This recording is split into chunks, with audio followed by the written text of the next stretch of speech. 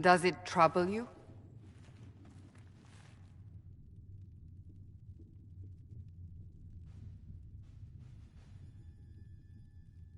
It's stopped spreading, and it doesn't hurt.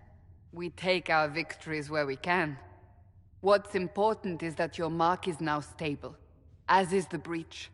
You've given us time, and Solas believes a second attempt might succeed, provided the mark has more power. The same level of power used to open the breach in the first place. That is not easy to come by. Clearly, you have something in mind. We do.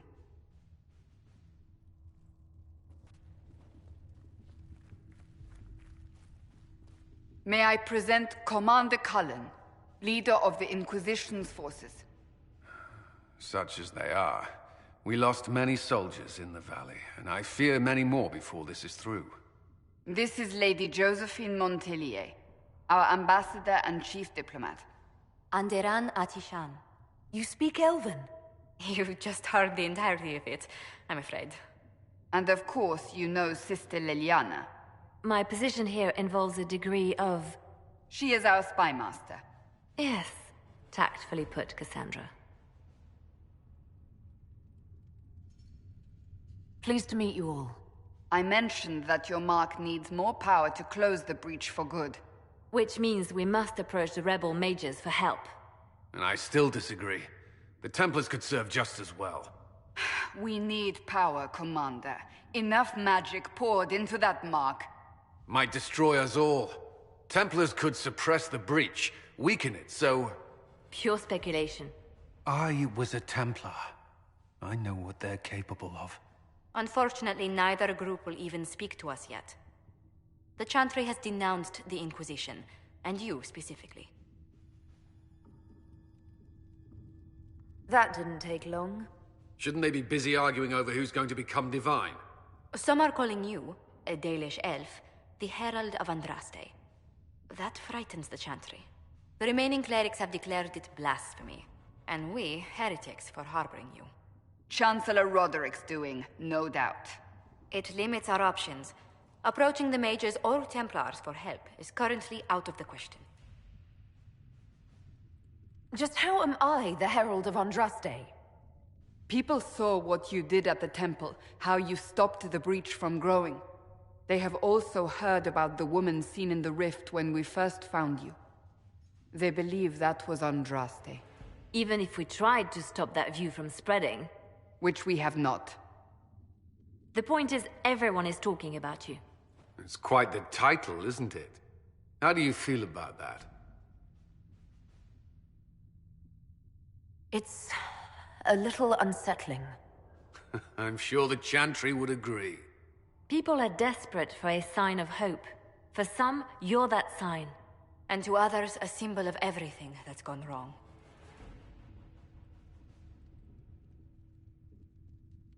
They aren't more concerned about the breach, the real threat. They do know it's a threat, they just don't think we can stop it. The Chantry is telling everyone you'll make it worse. There is something you can do. A Chantry cleric by the name of Mother Giselle has asked to speak to you. She is not far, and knows those involved far better than I. Her assistance could be invaluable. I'll see what she has to say. You will find Mother Giselle tending to the wounded in the hinterlands near Redcliffe. Look for other opportunities to expand the Inquisition's influence while you're there. We need agents to extend our reach beyond this valley, and you're better suited than anyone to recruit them. In the meantime, let's think of other options. I won't leave this all to the Herald.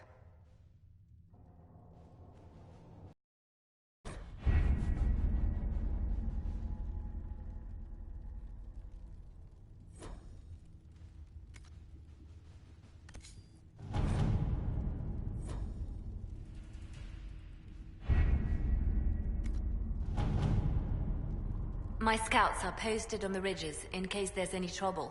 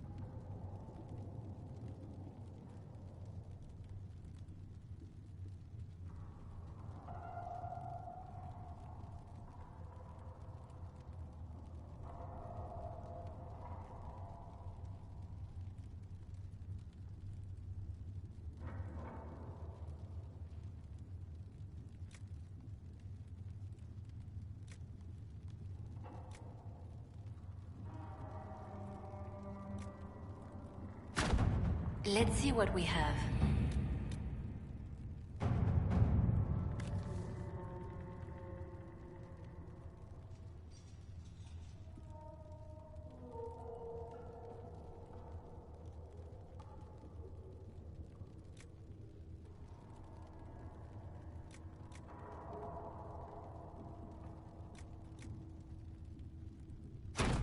To work?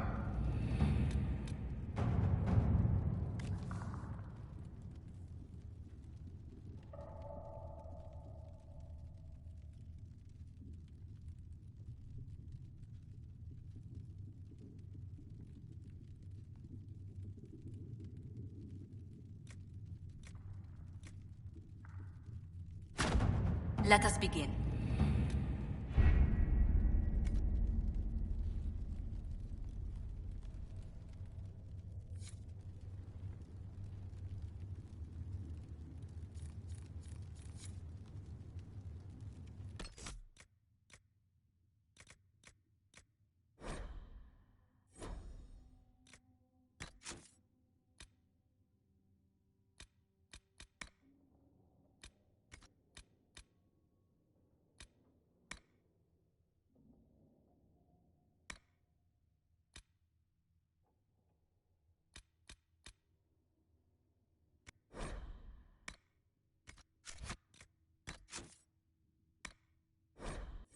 Learned child is a blessing upon his parents and onto the Maker.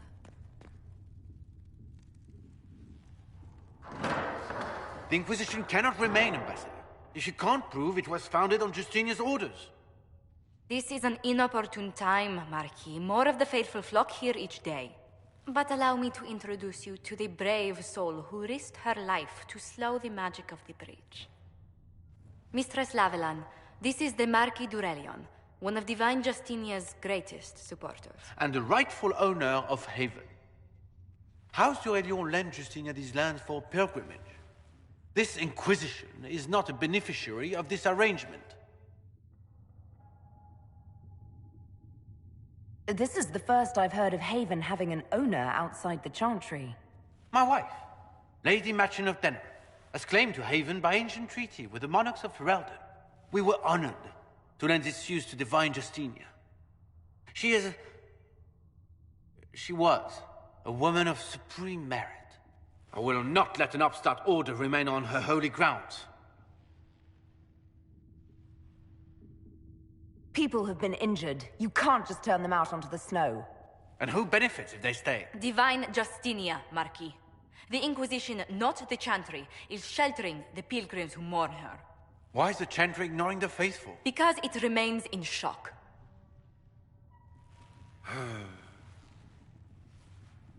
We face a dark time, Your Grace. Divine Justinia would not want her passing to divide us. She would, in fact, trust us to forge new alliances to the benefit of all, no matter how strange they might seem.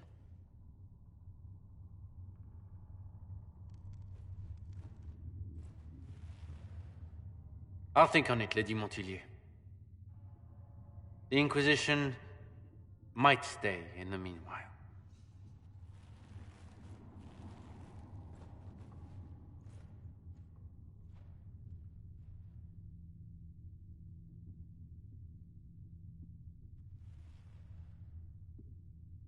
Do the d'Aurelions actually have a claim on this place? His Grace's position is not so strong as he presents it. Despite our Ferelden relations, the d'Aurelions are our legion. If the Marquis wishes to claim Haven, Empress Selene must negotiate with the Ferelden on his behalf. Her current concerns are a bit larger than minor property disputes. I'm so pleased the Marquis isn't tossing us out into the cold. His Grace is only the first of many dignitaries we must contend with. You expect more people in Haven? Undoubtedly. And each visitor will spread the story of the Inquisition after they depart. An ambassador should ensure the tale is as complimentary as possible.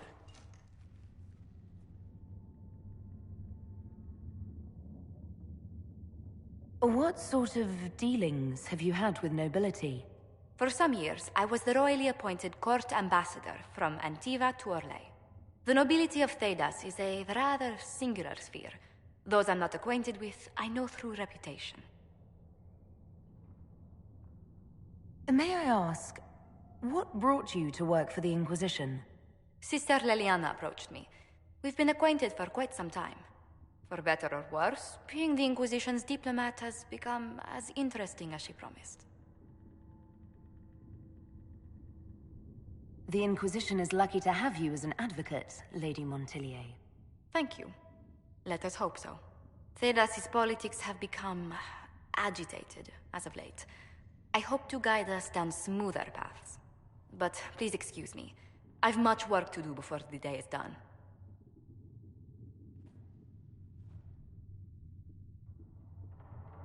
Greetings. What do the people make of us? Despite our fame, we're low on steadfast allies. We must aim for more. Any visiting dignitaries I should watch out for? Sir Griffith of Denerim, a most distinguished knight of the realm. He's defeated darkspawn, slain demons, chased down abominations. Just don't ask him about it over dinner. He spares no detail. Good day to you.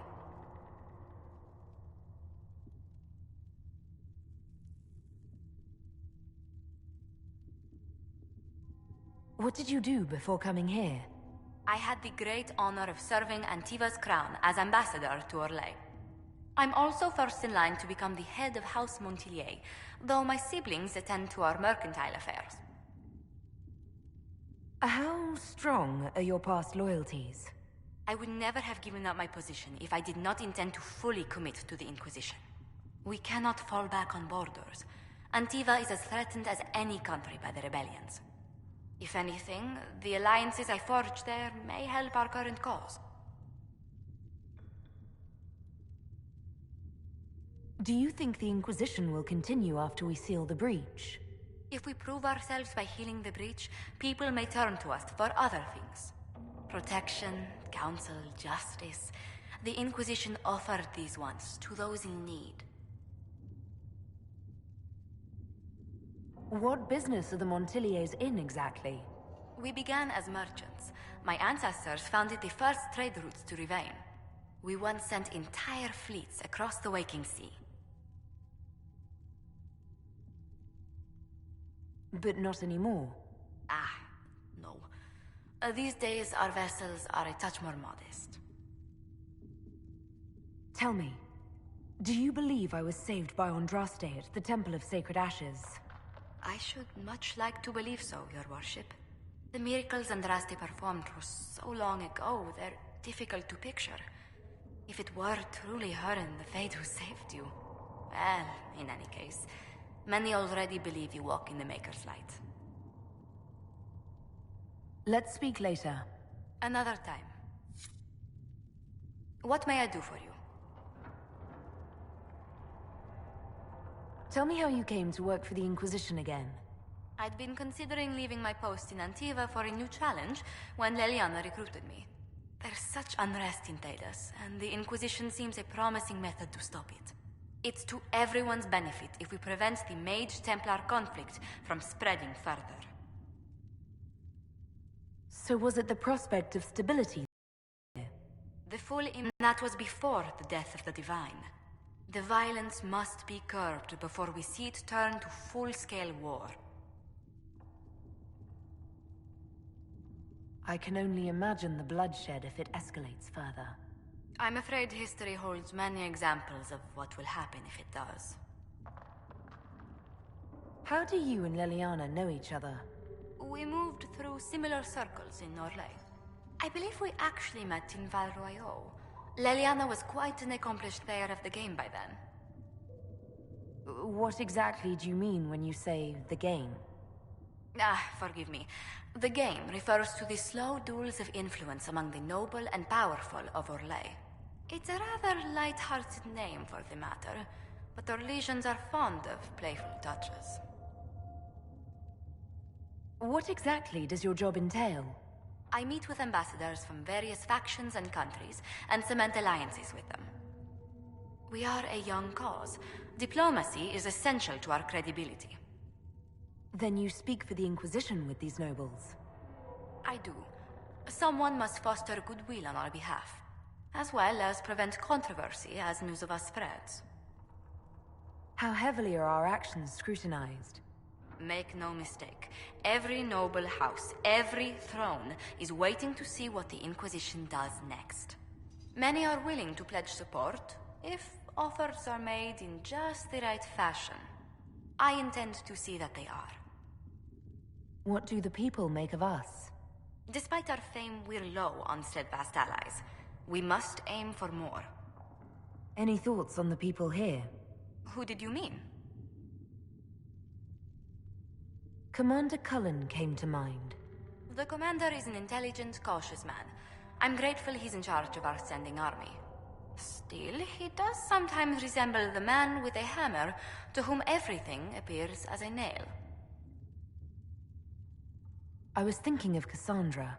Seeker Pentagast is a princess of the Kingdom of Nevarra, although that barely seems important to her.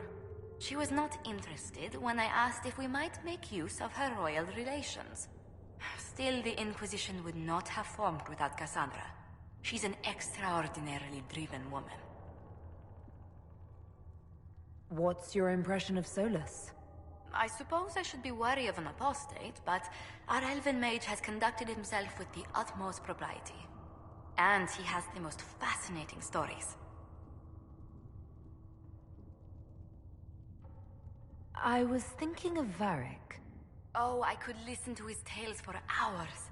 He actually let me read a chapter of his next book he's writing. My friends would be sick with envy if they knew. It's excellent, but a bit different from his past works. Only 3 beheadings so far. Let's speak later. Another time. You're the Herald. Or, well, the one they're calling the Herald, anyway. It's odd to see them accepting a mage as their hero. Especially a Dalish elf. One look at your face and it's clear you were never part of a circle. My name is Maeve. I research demons and other creatures. Seeker Pentagast and I use what I find to help the soldiers fight them. I found something the demons left behind. Can you use it? Yes, that's very helpful. Just leave it there and the Tranquil and I will examine it. You've brought back some fascinating things. We're putting them to good use.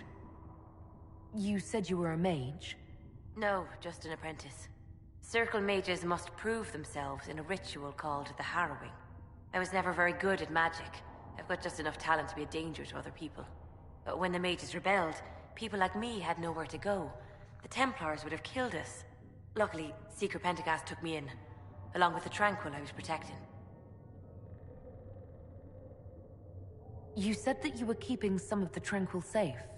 Yes. The mages took some of them when my circle rebelled, but the rest were forgotten.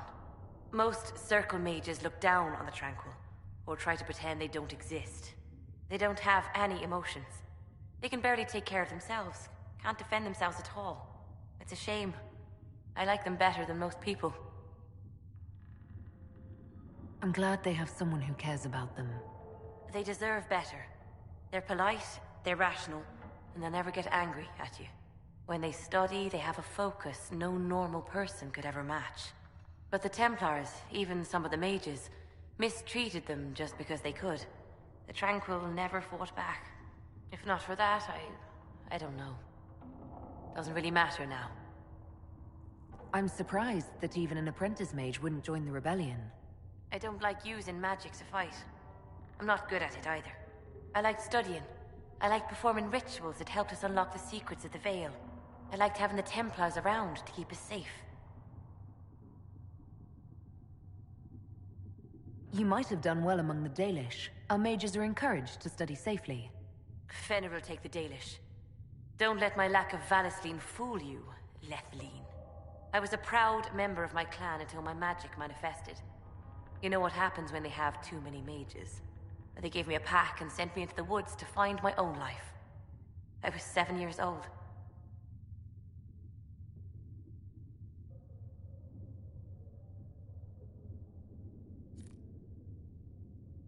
My clan never did that. We sent those gifted with magic to other clans, or... I stumbled into a village, starving and cold, a few weeks later. I started using magic to scare predators away. The villagers saw me make fire in my fist. They were terrified and wanted to kill me. Templars saved me from them. They gave me food and clothes and took me to the Circle. I've seen what life is like without the Templars, and I want no part of it. I just want to study. You said Cassandra has you researching creatures. Yes. If you find anything interesting in your travels, I'd appreciate you bringing it to me. I may be able to find some weakness our soldiers can exploit when fighting various creatures. At the least, some materials are useful for making potions or gear for the Inquisition. Why did you decide to research dangerous creatures? I like the outdoors. The idea of the outdoors, anyway. When some monster is coming at you, glowing eyes and burning claws, it's terrifying. But once you know how it works, you can deal with it. It's just another part of the world. So much of this world is only frightening because we don't understand it. I'll speak with you later. Thank you again for what you've brought back.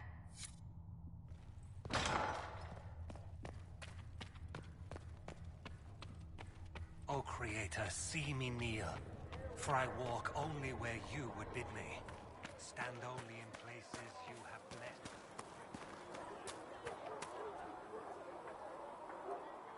If you're here to clean, Hess can get you a bucket and a broom.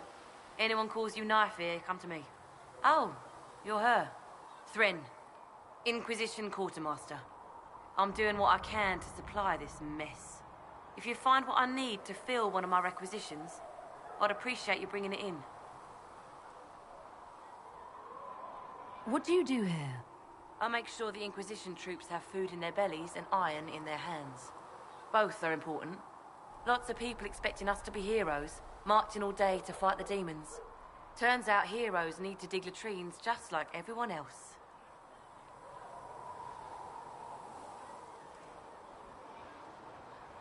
How does someone end up as quartermaster for the Inquisition? I served for Eldon under 10 Loghain MacTier.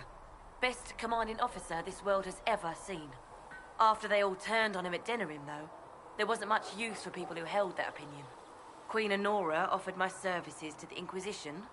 It was a kindness. She knew I supported her father and got me away from the political garbage.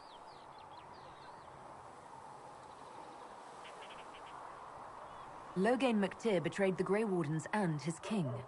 Were you there at Ostagar? I was. King Cullen overextended his position, and the Grey Wardens were too late lighting the signal.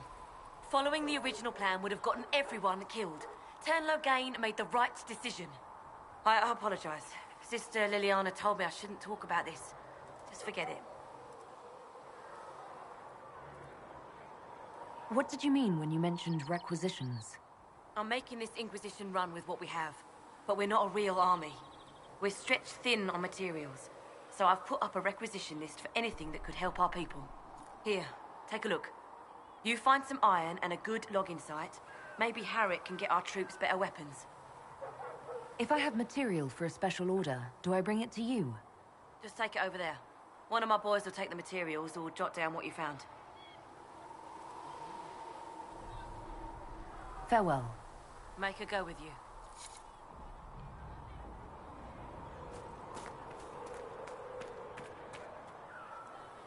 Blessed are the peacekeepers, the champions of the just. Blessed are the righteous, the lights in the shadow. In their blood, the Maker's will is written. Is that what you want from us? Blood? To die so that your will is done? Is death your only blessing? You speak for Andraste, no? What does the Maker's prophet have to say about all of this? What's his game? How is this a game? Do you see the sky? What about the temple ruins? The bones lying in the dust? Even if you didn't support the Divine's peace, you wouldn't call this right. Who could? So many innocent lives. The faithful murdered where the holiest of holies once stood. If the Maker willed this, what is it if not a game or a cruel joke? Don't ask me. I'm as baffled as you are.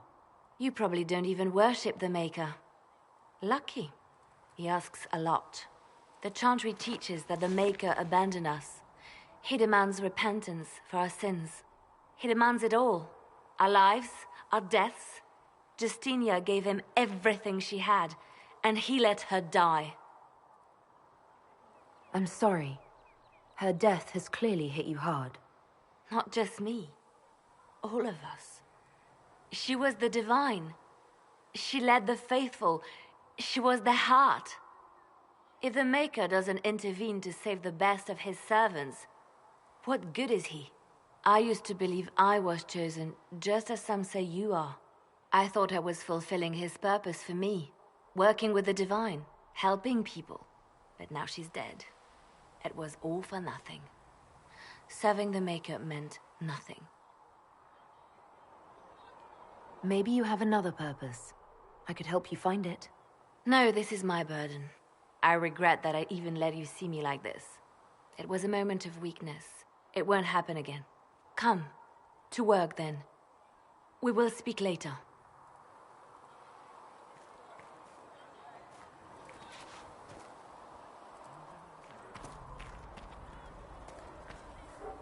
There was no word for heaven or for earth, or sea or sky.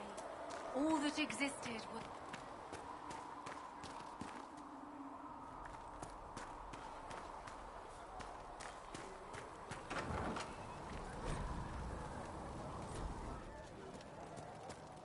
Segret told me that he can't let the herbs go for anything less than 8. Fine. We'll gather our own. Tell Segret he better hope he doesn't need a salve anytime soon.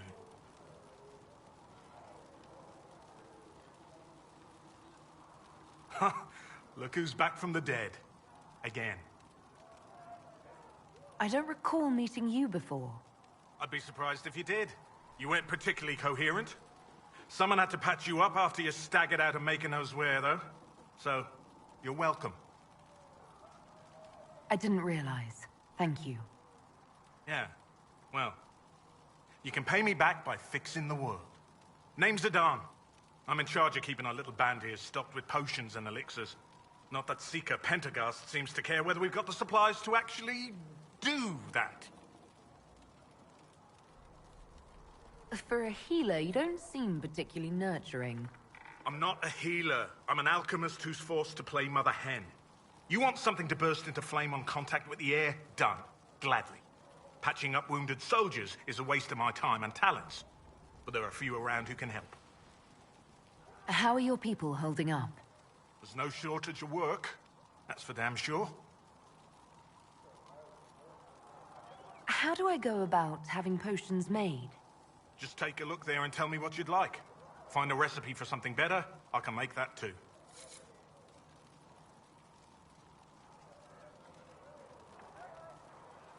You're back. And in one piece. Is there anything I can do to help out? We're fine as far as raw labor goes. You've more important things to do than tend to me. I only wish I'd been able to find Master Tajin's notes. Old bastard was working on something special. He died at the Conclave, and his notes weren't here. Been too busy dealing with the wounded to look for them. Farewell.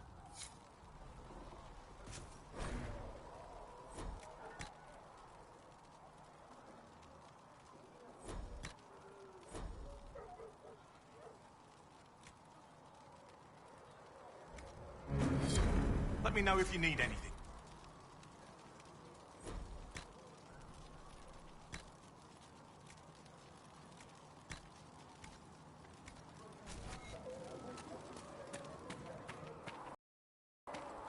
The chosen of Andraste, a blessed hero sent to save us all. Am I riding in on a shining steed? I would have suggested a griffon, but sadly they're extinct. Joke as you will, posturing is necessary. I've journeyed deep into the Fade in ancient ruins and battlefields to see the dreams of lost civilizations. I've watched as hosts of spirits clash to reenact the bloody past in ancient wars both famous and forgotten. Every great war has its heroes. I'm just curious what kind you'll be. What do you mean, ruins and battlefields? Any building strong enough to withstand the rigors of time has a history. Every battlefield is steeped in death. Both attract spirits. They press against the veil, weakening the barrier between our worlds. When I dream in such places, I go deep into the Fade. I can find memories no other living being has ever seen. You fall asleep in the middle of ancient ruins. Isn't that dangerous? I do set wards. And if you leave food out for the giant spiders, they are usually content to live and let live. I imagine you find some amazing things in there, alongside all the demons. Exactly. It is occasionally dangerous, yes. But more often it's just sad to see what has been lost. The thrill of finding remnants of a 1,000-year-old dream? I would not trade it for anything. I will stay there. Closed. Was that in doubt? I am an apostate mage surrounded by chantry forces, and unlike you, I do not have a divine mark protecting me. Cassandra has been accommodating, but you understand my caution. Cassandra trusts you. She won't let anyone put you into a circle against your will. Thank you. I appreciate the thought. But now let us hope either the Mages or the Templars have the power to seal the breach.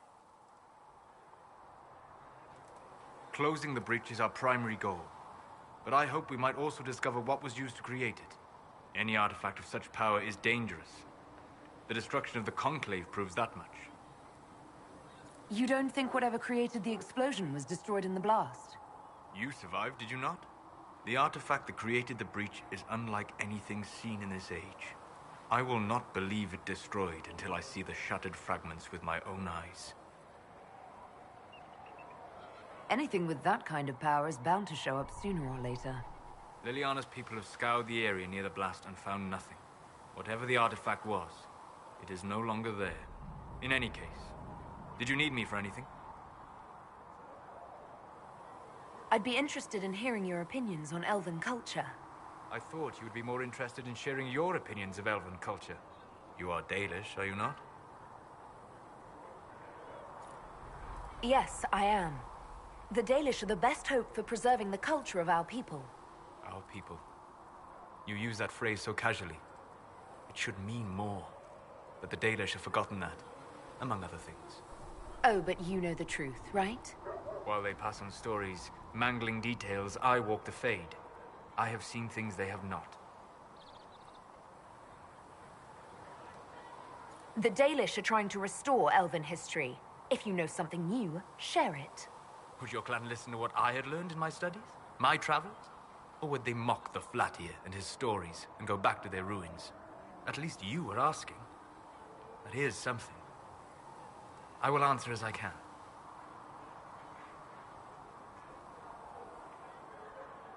Are all Dalish elves like my clan?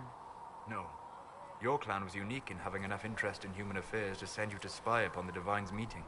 As your clans have been separate for so long, they have all changed, adapting to the lands in which they live. Some are no more than bandits. Others trade freely with humans. And some have disappeared entirely into the forests. What can you tell me about elves living in human cities? The culture in alienages or among the slaves of Tevinter is like any of the impoverished and powerless. They cling to memories of a better past, and practice a few rituals to distinguish themselves from humans. I'd like to know more about the elves from before our time. The Dalish strive to remember Hallam Sharal, but Hallam Sharal was merely a fumbling attempt to recreate a forgotten land. Arlathan. Elvanan was the Empire, and Arlathan its greatest city. Place of magic and beauty, lost to time. You've studied ancient elves. What else do you know of Arlathan? We hear stories of them living in trees, and imagine wooden ramps or Dalish Erebels. Imagine instead spires of crystal twining through the branches, palaces floating among the clouds. Imagine beings who lived forever, for whom magic was as natural as breathing. That is what was lost. Is the magic they teach in the Circle different from the magic I learned with my people? No and yes. Magic is magic. just as water is water, but it can be used in different ways. Dalish magic is more practical, not needing chantry approval, although they still frown on blood magic. Superstition. Much of it is more subtle. A legacy from when elves were immortal.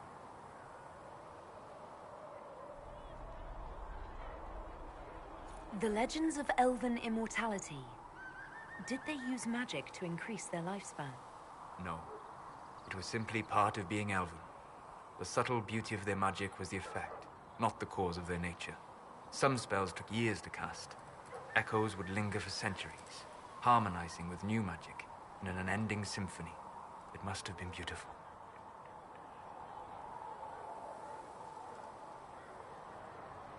You said that the censure against blood magic was a superstition. I did. It's fortunate Cassandra is not within earshot. Most modern cultures forbid blood magic. Publicly, even Tevinter disapproves of it. But as I said, magic is magic. It matters only in how it is used.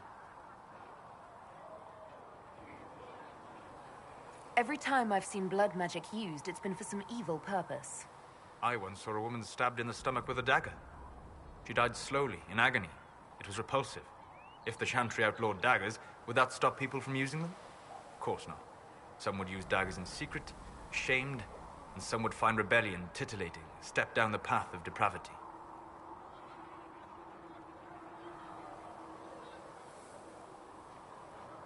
So we should allow blood magic to be used freely? It works so well for the Imperium. Tevinter's foundation stones are the bones of ancient elves with slave blood for the mortar. It is an example of nothing more than gilded savagery. Pitiable in a way. They always succeed through power, so they have never had the chance to learn another way. We'll talk later. Goodbye. Greetings. What do you know about the Fade? A great deal from my wanderings. There are few hard facts, but I can share what I have learned.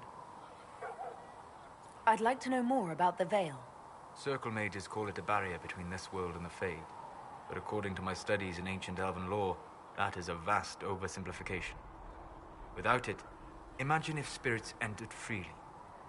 The Fade was not a place one went, but a state of nature like the wind. It sounds like it would be wonderful. And dangerous. But yes, a world where imagination defines reality. Where spirits are as common as trees or grass. Instead, spirits are strange and fearful. And the Fade is a terrifying world touched only by mages and dreamers. I am glad that I'm not alone in seeing the beauty of such a world, along with the obvious peril. I'd like to know more about the Breach. Simply put, it is a tear in the veil between this world and the Fade, allowing spirits to enter the world physically. Small tears occur naturally when magic weakens the veil, or when spirits cluster at an area that has seen many deaths. But your mark allows you to exert some control over the Breach. That means it was created deliberately. I'd like to know more about demons. Your Dalish say that demons hate the natural world and seek to bring their chaos and destruction to the living. But such simplistic labels misconstrue their motivations, and in so doing, do all a great disservice. Spirits wish to join the living, and a demon is that wish gone wrong.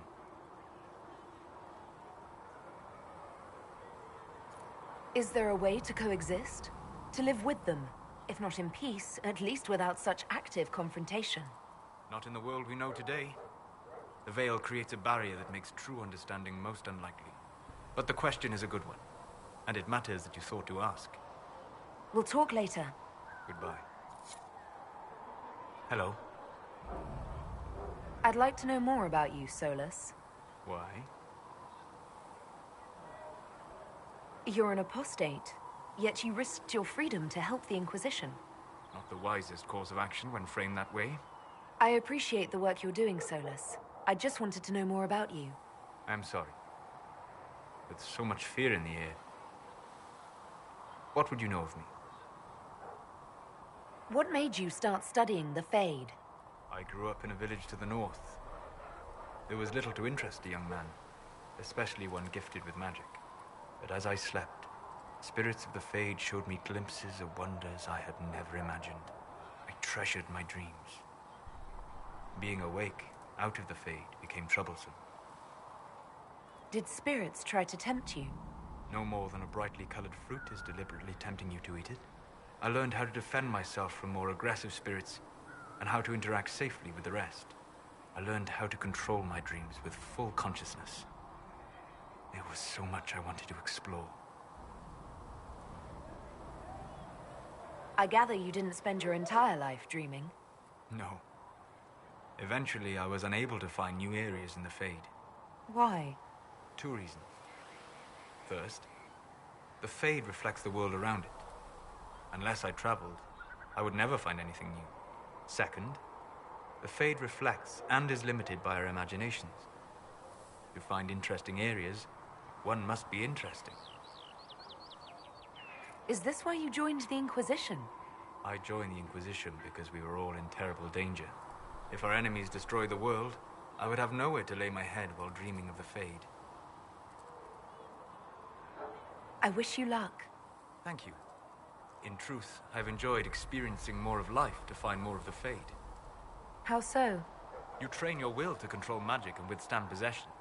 Your indomitable focus is an enjoyable side benefit. You have chosen a path whose steps you do not dislike because it leads to a destination you enjoy. As have I. You said you'd traveled to many different places. This world, or its memory, is reflected in the Fade.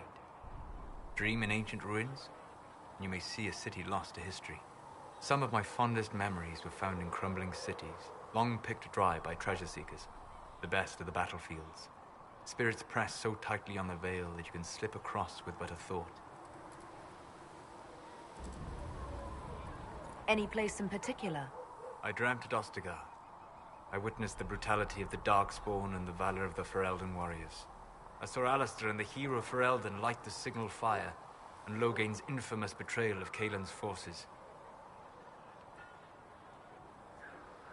I've heard the stories. It would be interesting to hear what it was really like. That's just it. In the Fade, I see reflections created by spirits who react to the emotions of the warriors. One moment, I see heroic wardens lighting the fire, and a power-mad villain sneering as he lets King Caelan fall. The next, I see an army overwhelmed and a veteran commander refusing to let more soldiers die in a lost cause. And you can't tell which is real? It is the Fade. They are all real. Have you always traveled and studied alone? Not at all. I have built many lasting friendships. Spirits of wisdom, possessed of ancient knowledge, happy to share what they had seen. Spirits of purpose helped me search. Even wisps, curious and playful, would point out treasures I might have missed.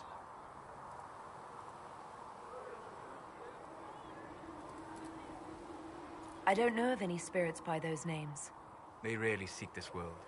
When they do, their natures do not often survive exposure to the people they encounter. Wisdom and purpose are too easily twisted to pride and desire. You're saying that you became friends with Pride and Desire demons? They were not demons for me. Meaning? The Fade reflects the minds of the living. If you expect a spirit of wisdom to be a pride demon, it will adapt. And if your mind is free of corrupting influences, if you understand the nature of the spirit, they can be fast friends. You trust these spirits not to possess you the first time you accidentally make a wish? Do you trust your friends not to turn on you? Well, yes, but they're people. Ah, of course. You know what I mean. Are people only people because they are flesh and blood? Is Cassandra defined by her cheekbones and not her faith? Varric by his chest hair and not his wit?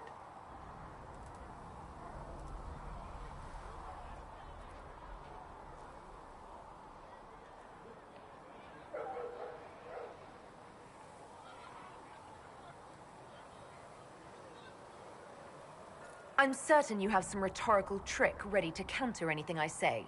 It's likely. I've had a lot of time to discuss the question with people. Or spirits, if you prefer. We'll talk later. Goodbye.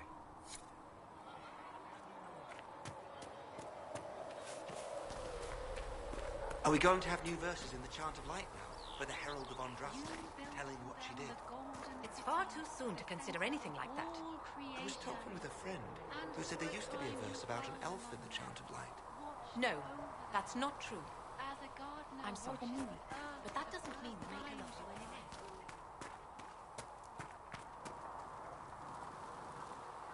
So, now that Cassandra's out of earshot, are you holding up all right? I mean, you go from being the most wanted criminal in Thedas to joining the armies of the faithful. Most people would have spread that out over more than one day. I have no idea what's happening anymore. That makes two of us. For days now, we've been staring at the breach, watching demons and maker knows what fall out of it. Bad for morale would be an understatement. I still can't believe anyone was in there and lived. If it was that bad, why did you stay? Cassandra said you were free to go.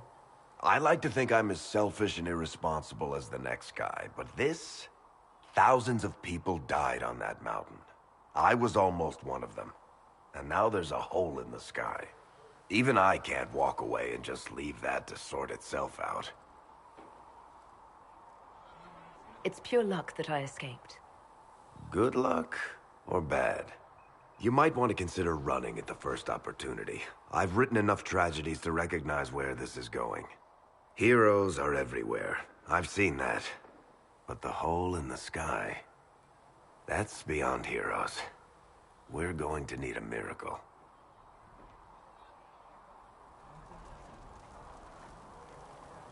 Need something? The red lyrium we found at the temple seemed to upset you.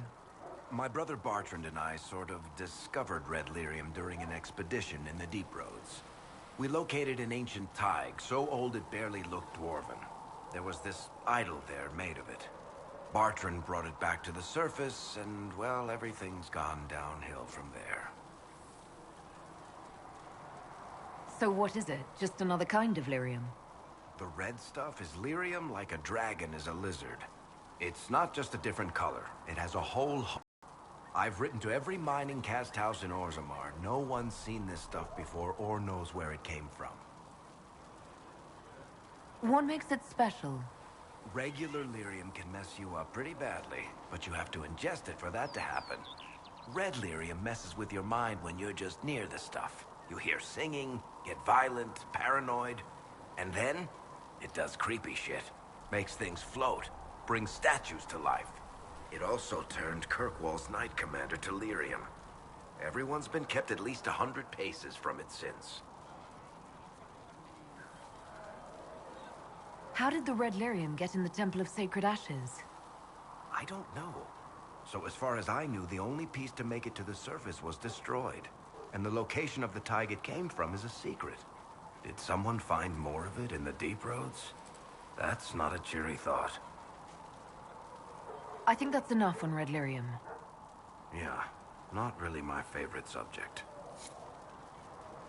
Need something? Can I ask you something, Varric?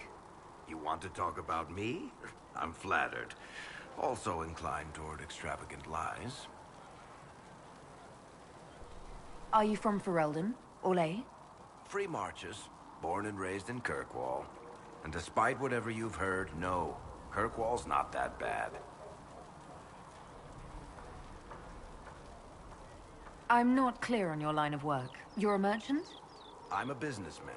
My family has a seat in the Dwarven Merchants Guild. Merchants buy and sell goods. Businessmen buy and sell stores. In my spare time, I manage a spy network, and occasionally, I write books. If you've run a spy network, why is Leliana our spy master? To be honest with you, she's just a better spy master. The truly great ones can keep their distance. They don't get attached to their people. Me, I always wind up babysitting my informants and worrying about their families. We're in better hands with her. You're an author. What kind of books have you written? I've tried my hands at a few genres.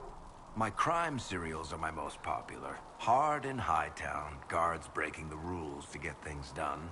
The Tale of the Champion is the most famous thing I've written, or infamous maybe. I started a romance serial once, Swords and Shields, but to be honest, I don't have a knack for romances. Most of my stories end in tragedy. Probably that says something unfortunate about me personally. What sort of shops do you own? Actually, we don't own shops. That was just an example. Mostly we invest in money lenders. Auction houses, a few mercenary companies, a couple of smithies. I think we own half a beet plantation in Ravane somewhere. Most of that's my brother's doing. Bartrand had business sense. Not much tact, but loads of business sense. How do you and Cassandra know each other? You heard about the Kirkwall Chantry being destroyed? The guy responsible used to be a friend of mine. The Seeker had questions about that, and I had answers. Where did you get that crossbow? I've never seen one like it. Bianca? She's one of a kind. I got her off a guy in Darktown. Took me a week to pry his dead fingers off the stock. Who is she named for? I can't tell you. And the reason for that is? Complicated. It's the one story I'll never tell. We just have to leave it at that. Thanks, Varric. No problem.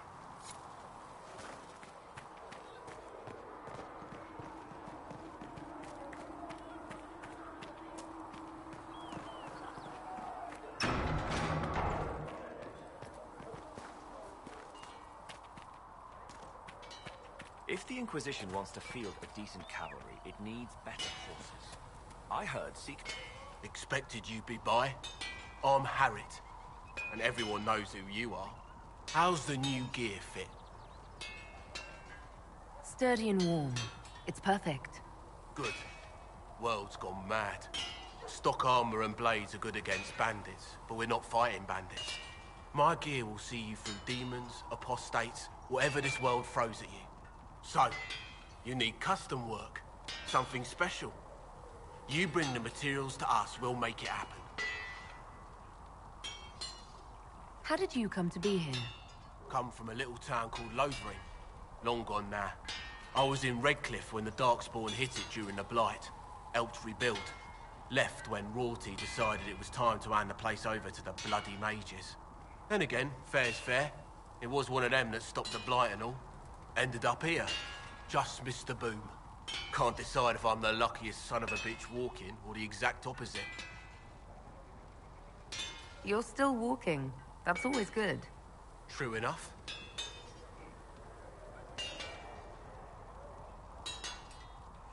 What can you and your team make here? Arms and armor. We work iron to blighted dragonbone if you've got it. Our designs are simple, but they get the job done. You want something fancy, bring your own design. We'll see what we can do. Who outfits the Inquisition's soldiers? Not me. I've got work to do. Can't be passing a sword to every blighter who signs up. If you want to help the troops, talk to Thren, the quartermaster. She'll set up requisitions. Does the Inquisition not have supplies to make armor or weapons? Tough convincing traders to haul up here. Impossible to get them to risk the rare stuff, so that's on you. Can you help improve my arms and armor? Yes. You find a new piece, a pauldron or greaves, we'll take care of you. You can't just slap a new hilt on your sword in the field. Bring it here, we'll make sure it's done right and proper. If I want something, what can you make? Start simple. Something to keep you safe. Take a look at it on the table there and we can talk. You'll need materials. We should have what you want just outside. Goodbye. Right.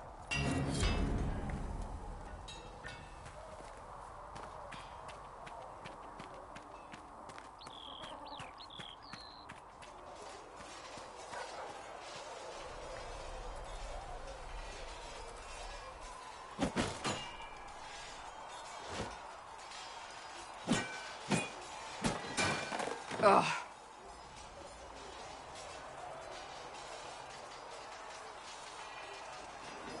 I think you need practice dummies made of sturdier stuff.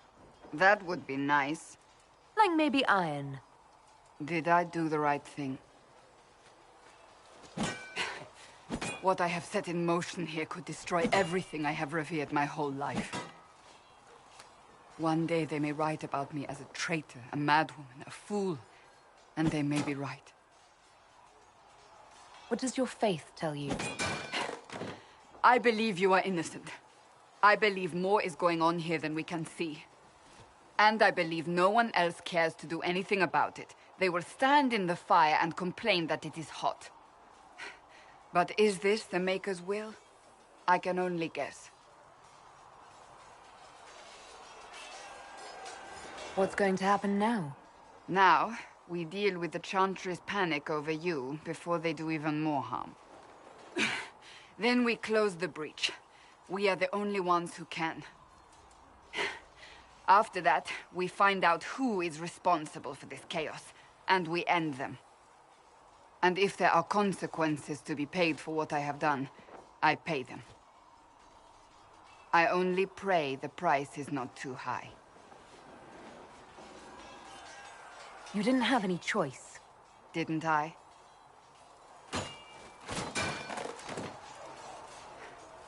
My trainers always said, Cassandra, you are too brash. You must think before you act. I see what must be done, and I do it. I see no point in running around in circles like a dog chasing its tail. But I misjudged you in the beginning, did I not? I thought the answer was before me, clear as day. I cannot afford to be so careless again. It wasn't like you had no reason to suspect me. I was determined to have someone answer for what happened. Anyone.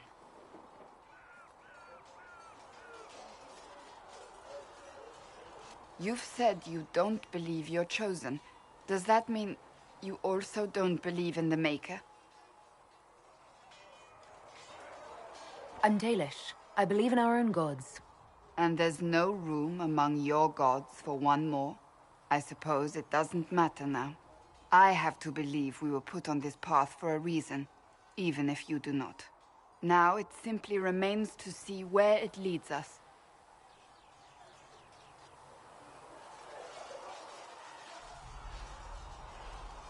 It occurs to me I don't actually know much about you. What do you want to know? I'm not sure. Where are you from?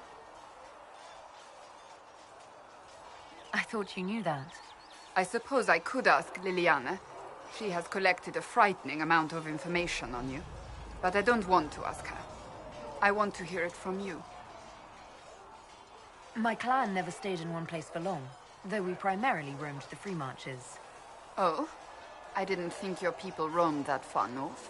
But clearly I'm mistaken. I'm told some members of your clan might still be alive. Do you intend to go back?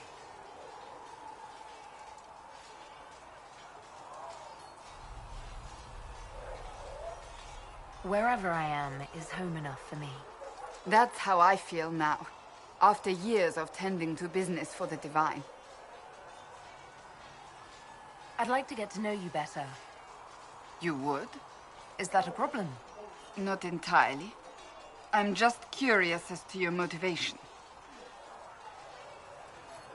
No motivation, beyond making things between us less... antagonistic? Exactly. As you wish. My name is Cassandra Pentagast, daughter of the Royal House of Navarra, 78th in line for the Navarran throne. I joined the Seekers of Truth as a young woman, and was with the Order until they withdrew from the Chantry. I remained as the Divine's right hand, carrying out her order to form the Inquisition. And here we are. That's all there is to know, my lady. You're a member of Navarra's royal family.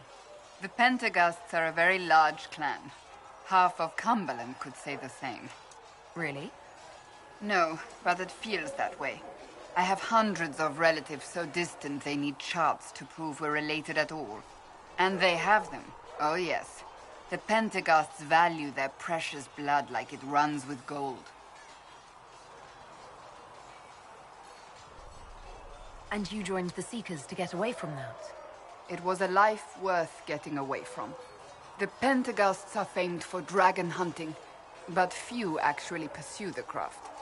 Most are fat and lazy. They pay lip service to the Maker and care only for idle pleasures and past glories.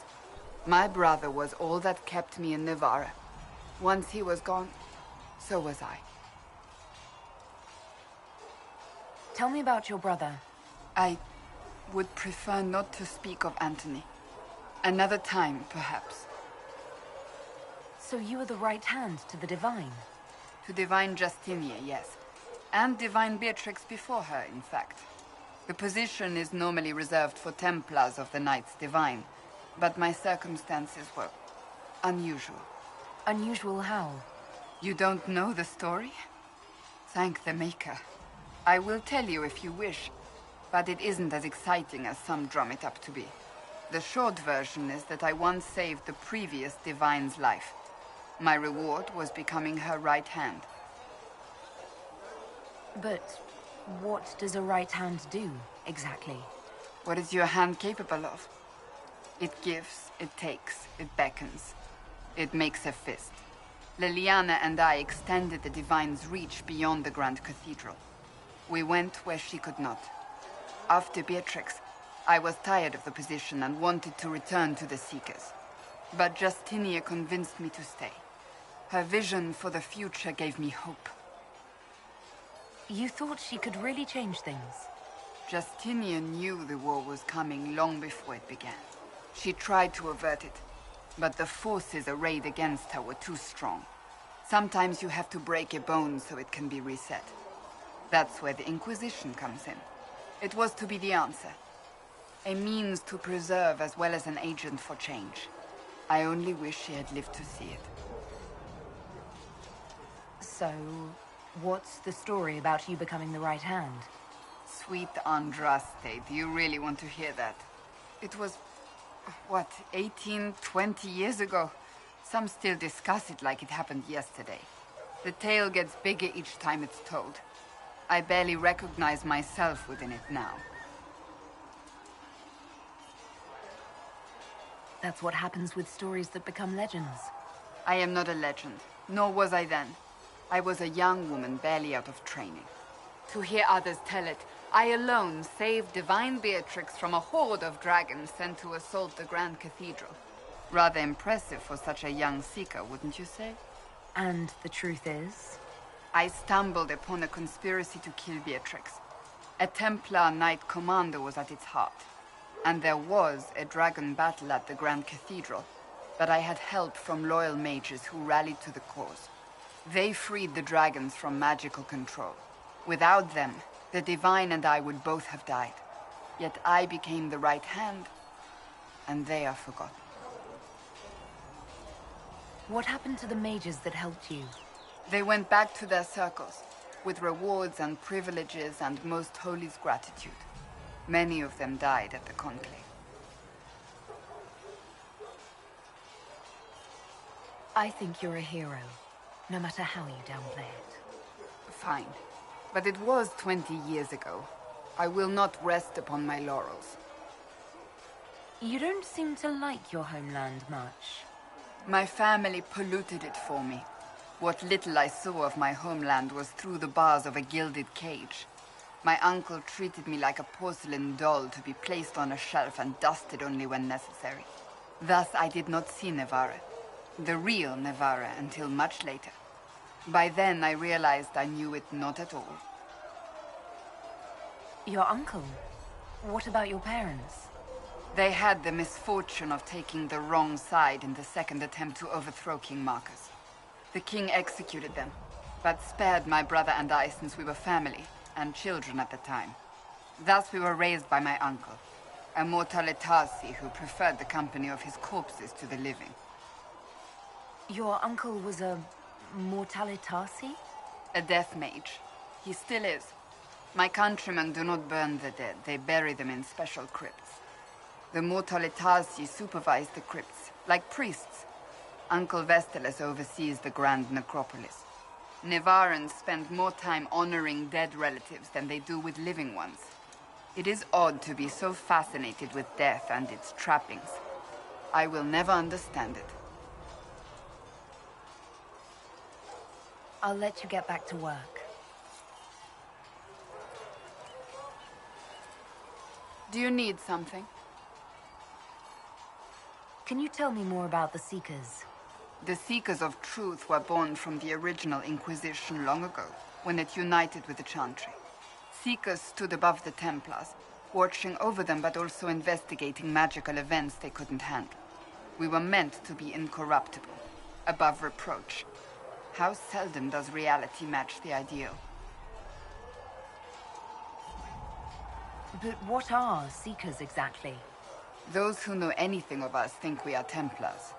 We do not use lyrium, however. Our abilities are different, as was our original purpose. We disciplined the Templars and were accountable only to the Divine. And not even her, truthfully.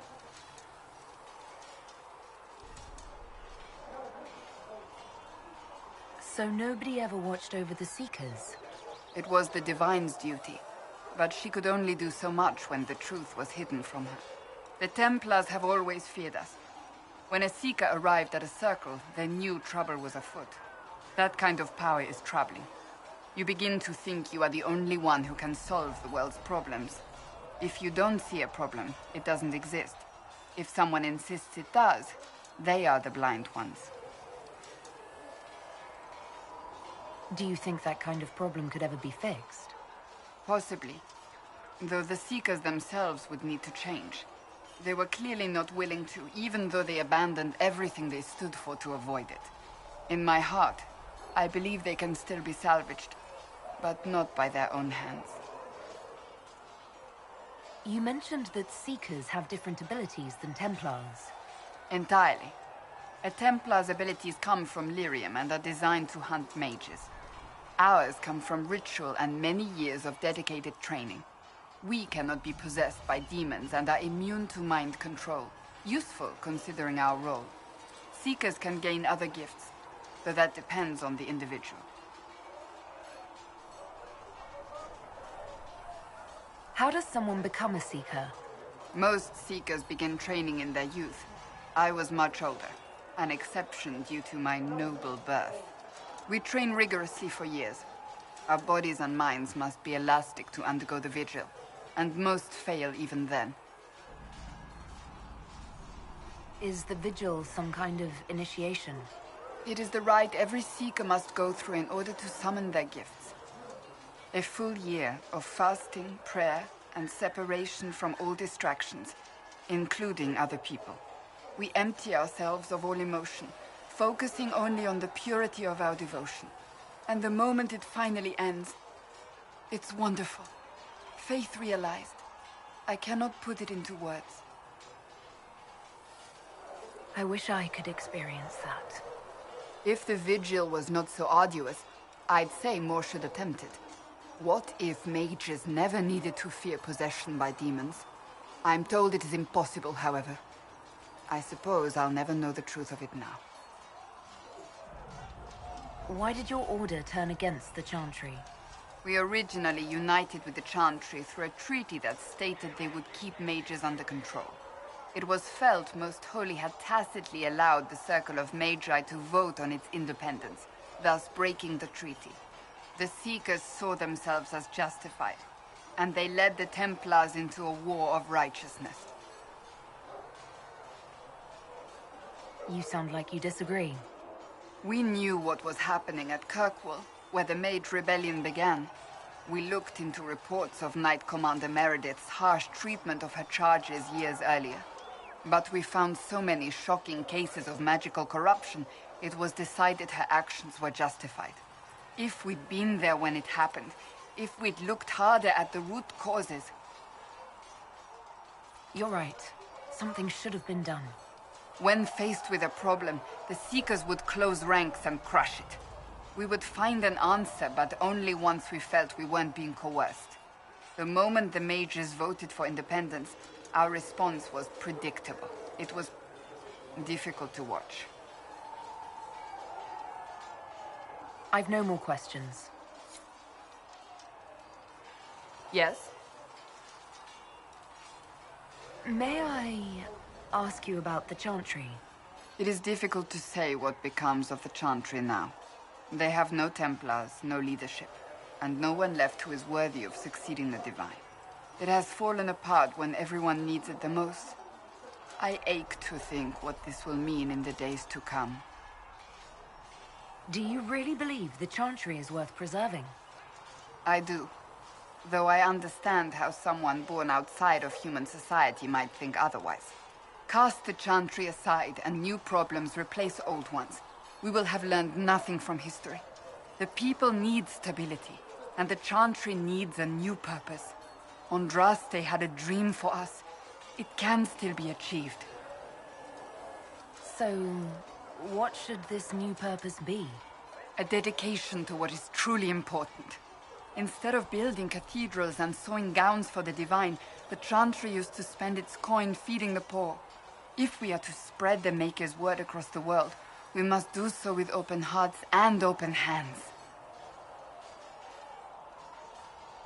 That sounds rather idealistic of you. Does it? I do not think it's so unachievable. The Chantry has many good, honest people. They just need direction and inspiration. They need to be freed from centuries of adherence to tradition and ceremony. A chance for renewal is at our fingertips. It does not have to come with utter chaos. What influence does Chancellor Roderick really wield? He's a bureaucrat, responsible for communicating the Divine's will to the rest of the Chantry. Therefore, he's accustomed to the clerics hanging on his every word, hoping his influence will benefit them. Despite that, Roderick is not a bad man. He's frightened, and believes his place is to fill the gap left by Most Holy's death. Some might agree. As far down the chain of command as he is, there is no one left above him. How big a problem could he be? No more than he is already. He sent his message to the College of Clerics. That is the only card he had to play. Dealing with him further only lends him credibility he doesn't deserve. Will the Chantry replace Divine Justinia? They will try. Once the priests withdraw for the Grand Consensus, it is against Chantry law for them to emerge without naming a new divine. Sometimes it takes days, or weeks, or even months. The problem now is that no clear successor to Justinia exists. All worthy clerics died with her at the Conclave. So what happens if they can't agree on someone? Theoretically, they will argue until exhaustion takes them or they see reason. Practically, however, if the Grand Consensus goes on too long, the Chantry will crumble. Any cleric with ambition but little sense will see this as her one chance, and plenty of such clerics exist. We shall see what happens. The Inquisition must act in the meantime. If they do choose a new divine, will you serve her? That depends on whether she would have me. I am a rebel now, remember? And even if she would, I do not know. It would depend on what type of divine she is. I am no longer in a position to follow blindly, and no new divine could expect such obedience now. I'm surprised you rebelled against the Chantry. I left my own order when they took the wrong path. It is no different. But in neither case did I stop caring. Indeed, I care so much that I feel drastic action is necessary. I suppose history shall one day judge my actions. Thank you.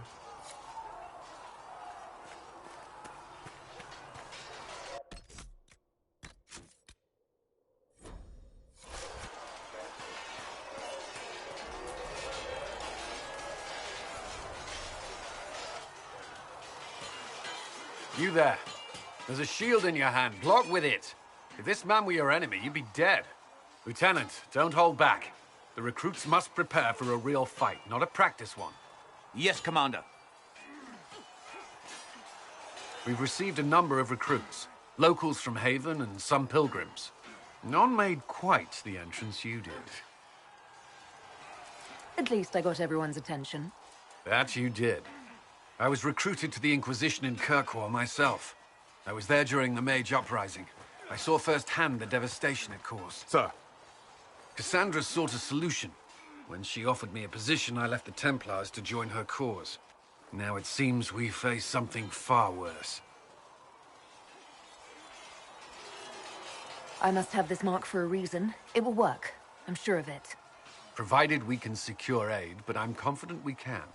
The Chantry lost control of both Templars and Mages. Now they argue over a new divine while the breach remains. The Inquisition could act when the Chantry cannot. Our followers would be part of that. There's so much we can... Forgive me. I doubt you came here for a lecture. No, but if you have one prepared, I'd love to hear it. Another time, perhaps. There's still a lot of work ahead. Commander, Sir Raiden has a report on our supply lines. As I was saying.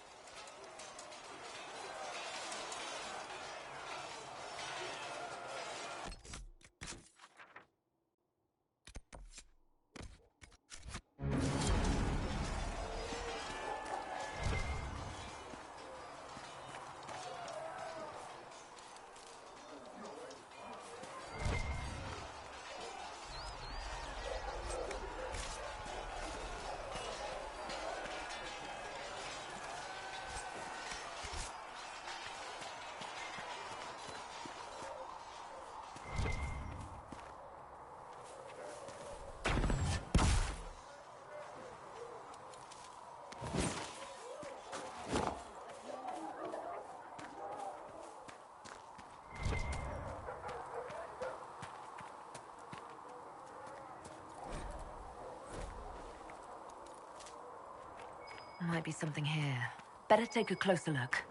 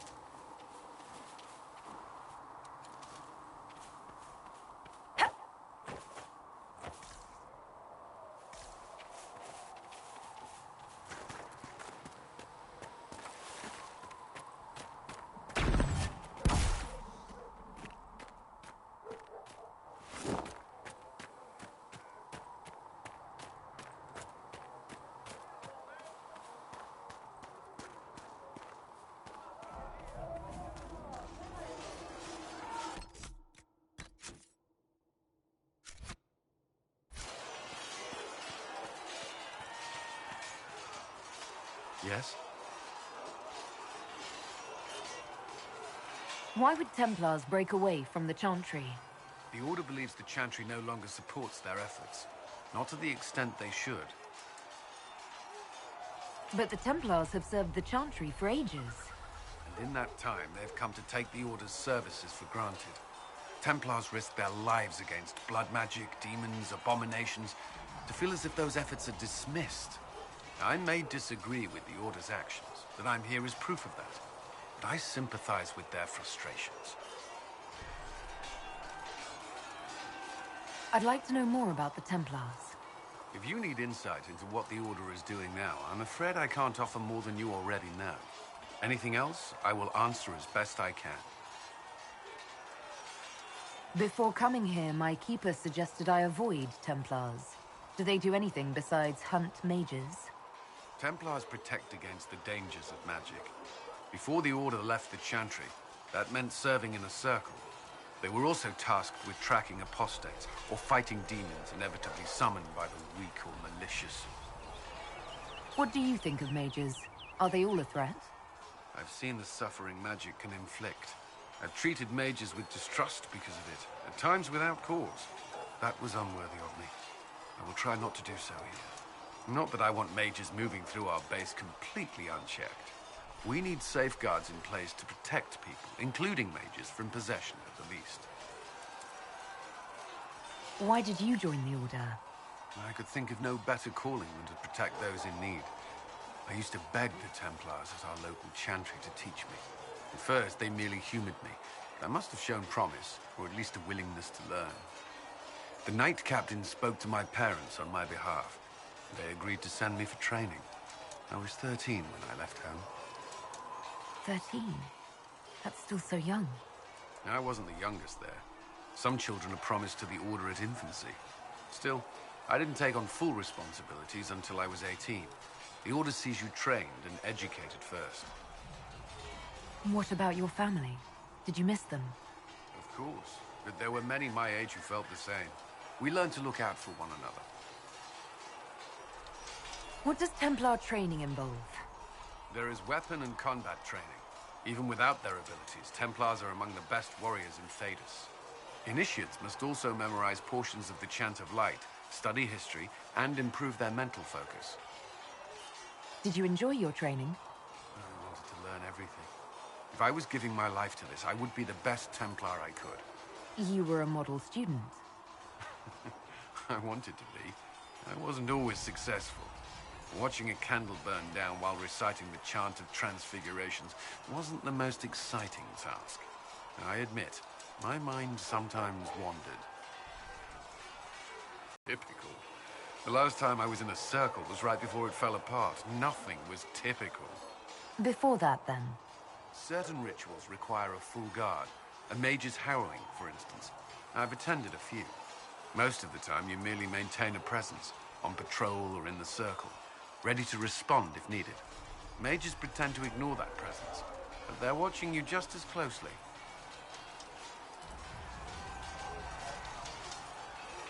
Do Templars and mages never speak to each other? Some do, but Templars are supposed to maintain a certain distance from their charges. If a mage is possessed or uses blood magic, you must act quickly, without hesitation. Your judgment cannot be clouded. Of course, ignoring one another does nothing to foster understanding. Do Templars take vows? I swear to the Maker to watch all the mages. That sort of thing. There's a vigil first. You're meant to be at peace during that time, but your life is about to change. When it's over, you give yourself to a life of service. That's when you're given a filter, your first draft of Lyrium and its power. As Templars, we are not to seek wealth or acknowledgement. Our lives belong to the Maker and the path we have chosen. A life of service and sacrifice. Are Templars also expected to give up physical temptations? Physical? Why... why would you... That's not expected. Templars can marry, although there are rules around it, and the Order must grant permission. Some may choose to give up more to prove their devotion, but it's not required. Have you? Me? No. I've taken no such vows. Maker's breath. Can we speak of something else? That's all I wanted to know. Thank you. I'm sure you have other matters to attend. Was there something you needed? I should get to know you better. We are working together after all. What would you like to know? All right. Where are you from?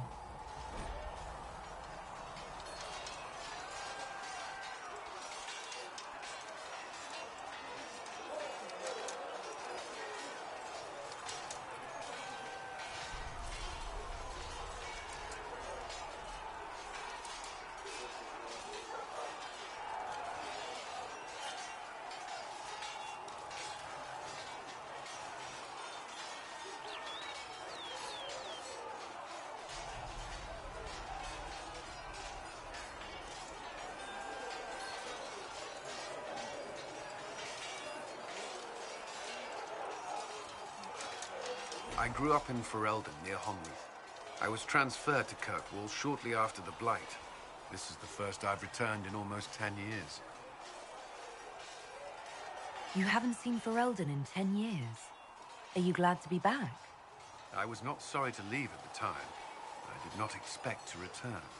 Now, between the Divine's murder and the breach, I've arrived to find nothing but chaos.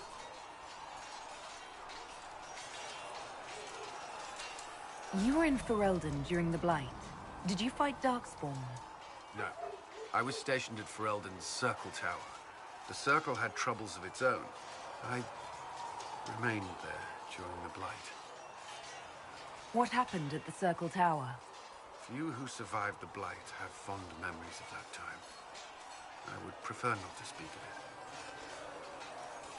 What was Kirkwall like? While I was there, Canary occupied and then attacked the city. The Viscount's murder caused political unrest.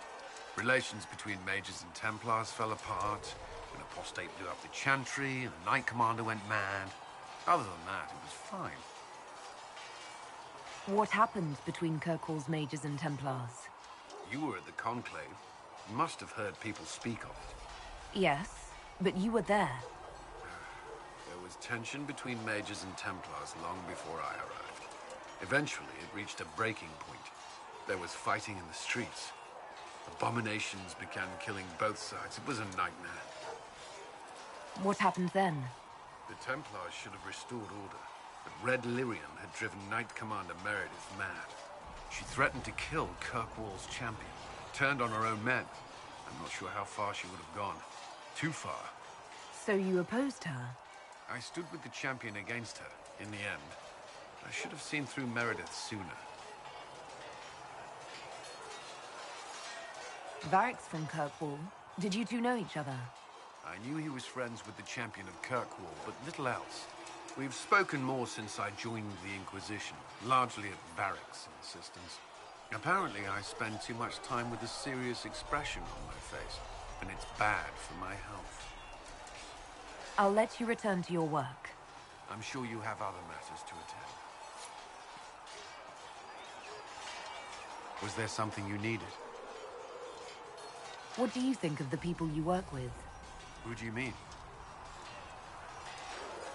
What do you think of our ambassador? We have little in common. How she delights in meeting with nobles all day is beyond me. But I enjoy working with her. How do you like working with Leliana? The Inquisition would not exist without her.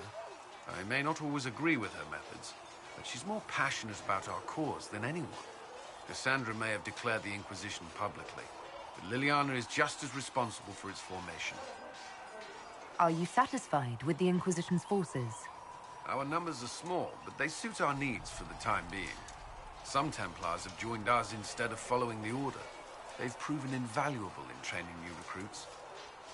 I should let you get back to work. Yes? Is there anything I should know? Not at present. That's all for now. Should you require anything, I'll be here.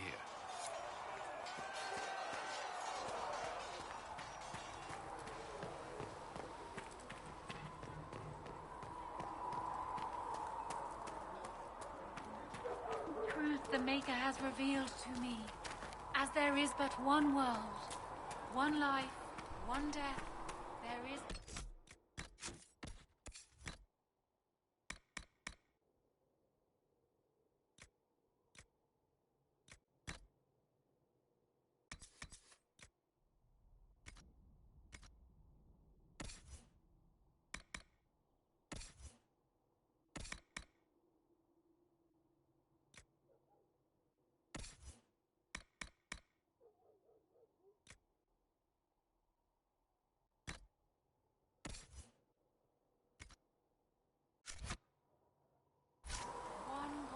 And he is our Maker.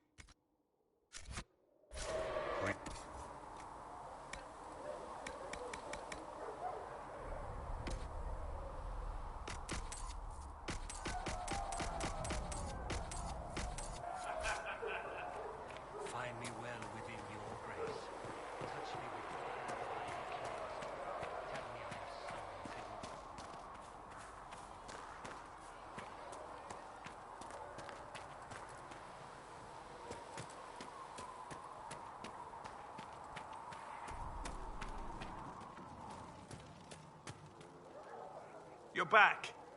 And in one piece. You said you thought Master Tajan was working on something special.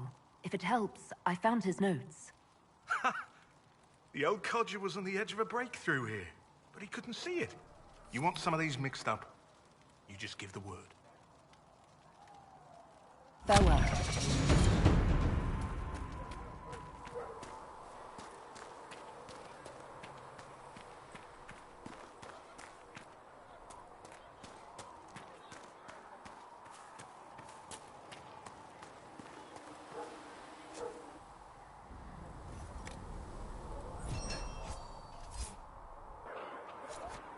Nice work. Too many wounds.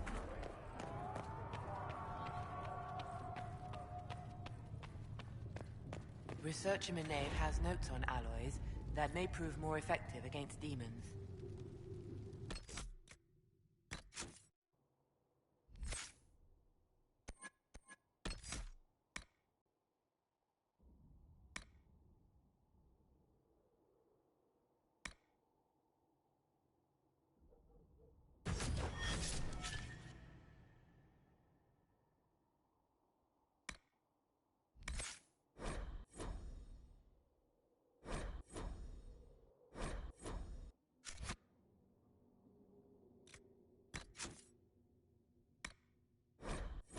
Learned child is a blessing.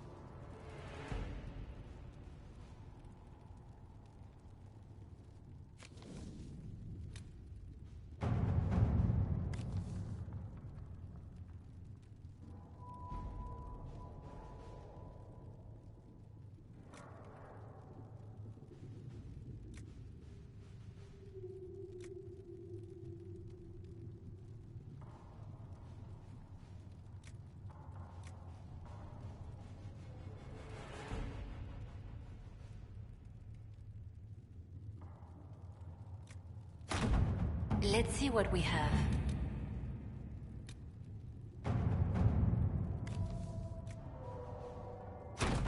To work?